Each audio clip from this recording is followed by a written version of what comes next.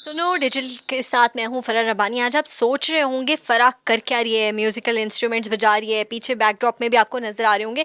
तो आज मैं रावलपिंडी के एक मशहूर सुरों वाली गली यानी बाग सरदारा की एक ऐसी गली में मौजूद हूँ जहाँ पर डिफरेंट म्यूजिकल इंस्ट्रूमेंट्स बनाए जाते हैं। यहाँ पर तबले भी बनते हैं, हारमोनियम भी बनते हैं, गिटार भी बनते हैं, साथ ही साथ रबाब है और बहुत सारे और इंस्ट्रूमेंट्स हैं। ये एक बहुत मज़े का एक इंस्ट्रूमेंट है। इसके बारे में भी जानते हैं, इसकी डिटेल्स भी जानते हैं। हमारे साथ यहाँ पर जो कारीगर हैं, जो शॉप ओनर हैं, वो मौजूद हैं, तो उनसे हम सारी डिटेल्स लेंगे। सर, आपसे सबसे पहले इसी से शुरू करते हैं। ये बेसिकली है क्या इंस्ट्रूमेंट, और थोड़ा सा इसकी नाम वगैरह और हील हदो हाल बताइएगा। जी, इसको चिम कहते हैं। तो ये मुख्तलिफ इंस्ट्रूमेंट में ये यूज़ होता है, जैसे अकोस्टिक ड्रम है या जंबे या कुछ और इंस्ट्रूमेंट प्ले कर रहे हैं। तो जहाँ पे सम का जगह आती है वहाँ पे इसको प्ले करते हैं तो एक अच्छा सा समा बन जाता है।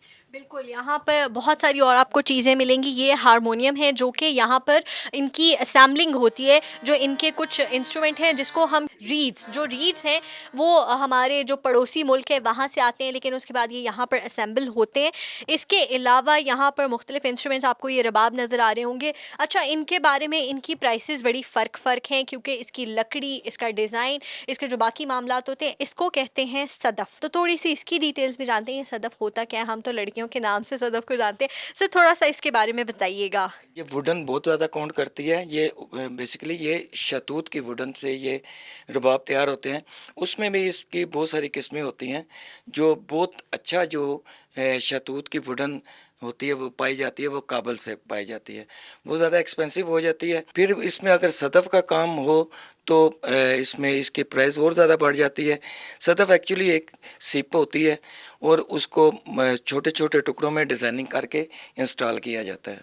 बिल्कुल, यानी कि सिप्पी को छोटा छोटा तोड़ा जाता है और उसके बाद डिफरेंट डिज़ाइंस बनाए जाते हैं। अच्छा, यहाँ पर एक और इंस्ट्रूमेंट है जो कि है सारंगी, जो कि हमारा कदीम या रवायती इंस्ट्रूमेंट है। तो हम सर से थोड़ा सा इसके बारे में भी जानेंगे। सर, इसके बारे में थोड़ा सा बताइएगा, सारंगी के बारे में। बहुत ही खूबसूरत साज है सारंगी। तो बड़े अफसोस के साथ कहना पड़ता है कि पाकिस्तान में इसके प्ले ना होने के बराबर हैं प्लेयर इसके। ना तो सिखाने वाले हैं, ना कुछ सीखने वाले हैं। तो इतना पुराना और कदीमी साज है सारंगी क्लासिकल म्यूज़िक में। तो इसकी ये समझ लें कि क्लासिकल म्यूज़िक में ये एक रीढ़ की हड्डी है, तो इधर प्ले ही नहीं होता। तो बहुत ही खूबसूरत इंस्ट्रूमेंट है। अभी ये बिल्कुल ब्रांड न्यू है, अभी अनट्यून्ड है। अभी इसको रेडी पोजीशन में नहीं है। तो बहुत ही प्यारा और खूबसूरत है। अच्छा, यहाँ पर मैं आपको एक और साज़ दिखाती हूँ जिसका नाम है दिलरुबा। अच्छा, अब उसका नाम दिलरुबा है, लेकिन उसकी ट्यून और उसकी जो आवाज़ है वो भी बहुत ज़्यादा दिलरुबा है।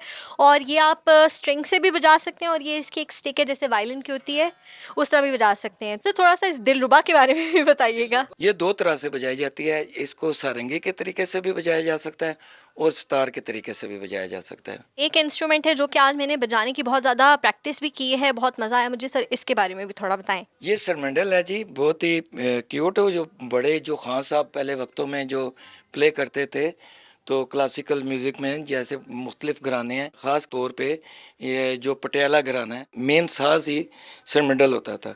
बहुत ही क्यूट साज है।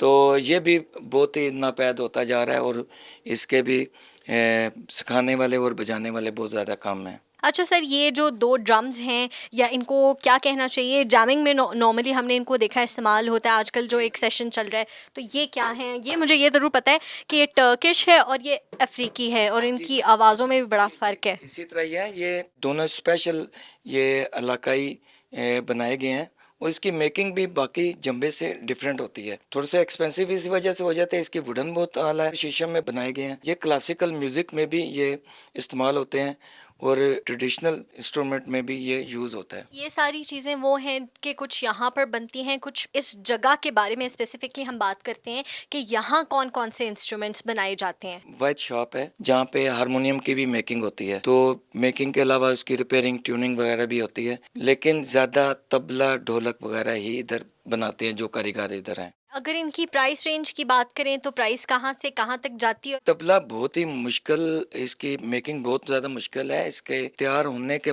स्टार्टिंग मरले से एंड तक देखें तो आप कहेंगे ये तो बहुत ज़्यादा चीप रेट है। तो उसमें सबसे पहले जो खाल होती है वो बकरे की खाल इस्तेमाल होती है, उसके बाद उसका गजरा बनाया जाता है जो बहुत मुश्किल मरला है। तो ये मुख्तलिफ मरले हैं। एक जोड़ी जब तैयार करते हैं हम, तबले का पेड़ तैयार करते हैं, उसमें कम से कम भी 3 दिन सर्फ होते हैं।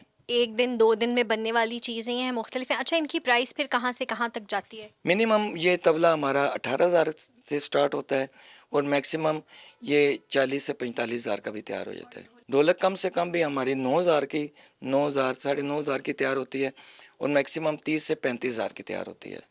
बिल्कुल ठीक हो गया। और जब हमने रबाब की कीमत पूछी तो उन्होंने कहा कि 18-20 हज़ार से शुरू होती है और 2-2.5 लाख रुपए तक जाती है, और वो इसलिए जाती है क्योंकि जो इसकी लकड़ी का इस्तेमाल है। अब इस वक्त भी जब मैं यहाँ पे देख रही हूँ तो ये वुड कुछ और है, इसका डिज़ाइन कुछ और है, और जब हम आगे जाते हैं तो उसका डिज़ाइन बदल जाता है। इसी तरह ये एक इराकी इंस्ट्रूमेंट है जो कि यहाँ पर मौजूद है। आई होप इराक वाले लोग अगर यहाँ पे आना चाहते हैं और कोई चीज़ ख़रीदना चाहते हैं तो उनके पास बहुत ज़्यादा ख़जाना होगा। यहाँ पर हमें सितार की भी कुछ काफ़ी ज़्यादा इकसाम है, बल्कि एक इन्होंने मुझे दिखाया और उन्होंने कहा कि ये जो इसका ढोल बना हुआ है ये पम्पकिन से यानी कद्दू से बना हुआ है। तो ये मुझे इसके बारे में थोड़ा बताइएगा। ये मुझे भी यहाँ जो नज़र आ रहे हैं ये डिफरेंट स्टाइल्स के हैं। डिफरेंट स्टाइल के हैं और इसमें एक स्टार बनाई जाती है। वो हम आम तौर पे उसको कहते हैं शेरखानी वाली स्टार, यानी पटवारी स्टार भी कहते हैं। उसके वो ज़रा डिफरेंट होती है और सिंपल तैयार होती है। जो होती है क्लासिकल स्टार वो बिल्कुल इससे इसके मुख्तलिफ होती है। उसमें उसका जो बाउल होता है वो पम्पकिन का तैयार किया जाता है। बिल्कुल, ये सुरों वाली जो गली है जो कि पिंडी में वाक़ई है, यहाँ पर जब आप आएँगे तो आपको पूरी गली में बहुत ज़्यादा ऐसी शॉप्स मिलेंगी, बहुत ज़्यादा नहीं लेकिन 4-5 ऐसी शॉप्स मिलेंगी जहाँ पर ये चीज़ें बनाई जा रही हैं, कारीगर मौजूद हैं। और डेफ़िनेटली कारीगरों की जानिब से यही कहा जा रहा है कि अगर हुकूमत सरपरस्ती करे तो इस काम को बहुत आगे बढ़ाया जा सकता है। कुछ चीज़ें जो सिर्फ़ पाकिस्तान की ख़ासियत हैं उसको अगर हम यहाँ से एक्सपोर्ट क्वालिटी में बना रहे हैं तो उनको बाहर भेजने का भी कोई तरीक़ाकार होना चाहिए। और जैसे हारमोनियम की अगर बात की जाए तो हारमोनियम के कुछ रीड्स ऐसे होते हैं जो कि हम बाहर से मंगवाते हैं, तो अगर उनके मंगवाने में थोड़ी आसानी हो जाएगी तो शायद बहुत सारी चीज़ें आसान हो जाएंगी। तो आज मैंने आपको इस गली का विज़िट कराया। उम्मीद है आपको ये गली पसंद आई होगी और आपने यहाँ की सैर को एंजॉय भी किया होगा और जो मालूमात हमें यहाँ से मिली है वो भी आपको पसंद आई होगी।